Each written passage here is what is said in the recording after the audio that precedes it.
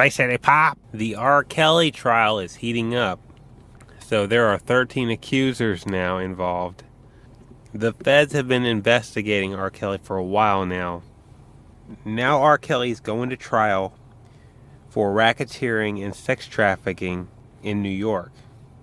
Gloria Allred is the lawyer for at least 3 of the women involved. Some people will call them groupies, but they're basically girls who are hanging around him. R. Kelly's lawyers, who are Douglas Anton and Stephen Greenberg, is calling them groupies and saying they just have groupie remorse. So no surprise there that he's like going to character assassinate them. I mean, that's just like par for the course nowadays. That's just typical defendant lawyer tactics. Crucify the accuser, make them look as bad as possible, so people just basically either don't take them seriously or don't believe them, or at least don't sympathize with them whatsoever, whether they're telling the truth or not. That's what most defense lawyers do. But the feds have handed down the indictment. It's 5 counts. He has an entirely separate 13-count indictment in Illinois in federal court as well.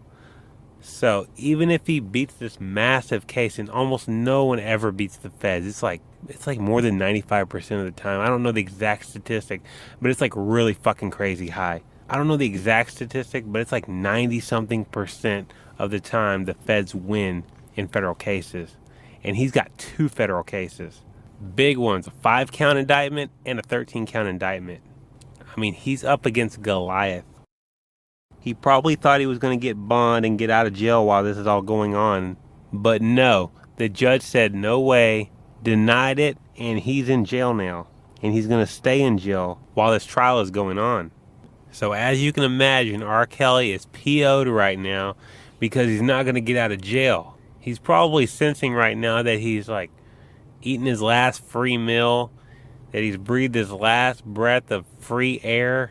Probably starting to set in right now. He's probably like right now thinking, should I fire my lawyer? There is no legal team at all in the world who can make this disappear. We're waiting to see all the evidence. But basically they said that R. Kelly solicited minors, okay? So we're not talking about women at the time.